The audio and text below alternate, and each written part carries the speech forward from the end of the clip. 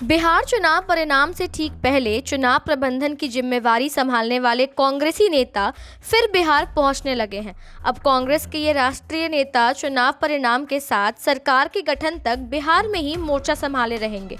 पटना पहुंचने के साथ ही राष्ट्रीय महासचिव रणदीप सिंह सुरजेवाला ने कहा कि राष्ट्रीय नेतृत्व ने समन्वय की जिम्मेवारी दी है, उसे ही पूरा करने आया हूं।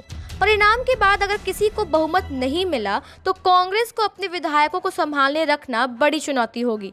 राजस्थान की सियासी घटना बिहार में भी न दोहराई जा सके, इस लिहाज से चुनाव कराकर लौट चुके राष्ट्रीय नेताओं को पार्टी हाईकमान ने फिर बिहार भेज दिया है। पटना पहुंचने के साथ ही राष्ट्रीय महासचिव रणदीप सुरजेवाला ने कहा कि राष्ट्रीय नेतृत्व ने समन्वय की जिम्मेवारी दी है, उसे ही पूरा करने आया हूं। तेजस्वी यादव के नेतृत्व में राज्य में हमारी सरकार बनेगी। सदाकत आश्रम पहुंचकर उन्होंने बैठक की। इसमें प्रदेश अध्यक्ष मदन मोहन झा, राजस्थान के मंत्री राजेंद्र यादव और रघु शर्मा के अलावा झारखंड के मंत्री बन्ना गुप्ता, हरिद्वार के विधायक काजी निजामुद्दीन और सुबोधकांत सहाय भी शामिल हुए। ये सभी नेता कांग्रेस के संकट मोचन माने जाते हैं। सोमवार की सुबह स्क्रीनिंग कमेटी के अध्यक्ष अविनाश पांडे भी पटना पहुंचेंगे। बिहार के प्रभारी अजय कपूर भी पटना आएंगे। ये सभी नेता 10 तारीख को होने वाले चुनाव परिणामों पर नजर रखेंगे। साथ ही यदि पार्टी को इस दौरान किसी प्रकार के मार्गदर्शन की आवश्यकता होगी तो वह भी देंगे। मतगणना में गड़बड़ी की आशंका और परिणाम घोषित होने के बाद खरीद फरोख्त से विधायकों को बचाने में इनकी भूमिका अहम होगी। इसकी रणनीति बननी शुरू हो गई है। बिहार चुनाव के परिणाम भविष्य में कांग्रेस की रणनीति तय करेंगे। इस चुनाव में पार्टी ने कई प्रयोग किए हैं, जिनका चुनावी राजनीति पर असर का आकलन परिणाम के बाद ही होगा।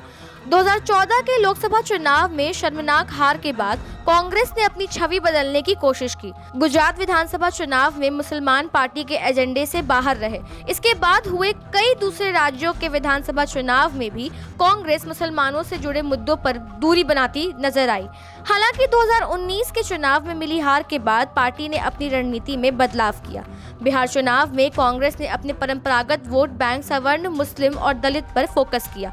चुनाव से ठीक पहले यूपी में डॉक्टर कफील खान की रिहाई के लिए चलाई गई मुहिम या बिहार में जिन्ना विवाद से जुड़े मशकूर अहमद असमानी को टिकट देना हो, इसके साथ ही मुस्लिम प्रचारकों को भी मैदान में उतारा है। Centre for the study of developing society के निदेशक डॉक्टर संजय कुमार कहते हैं, ऐसा इसलिए हुआ क्योंकि राजद और कांग्रेस ने पहले ही चुनाव का एजेंडा तय कर दिया था।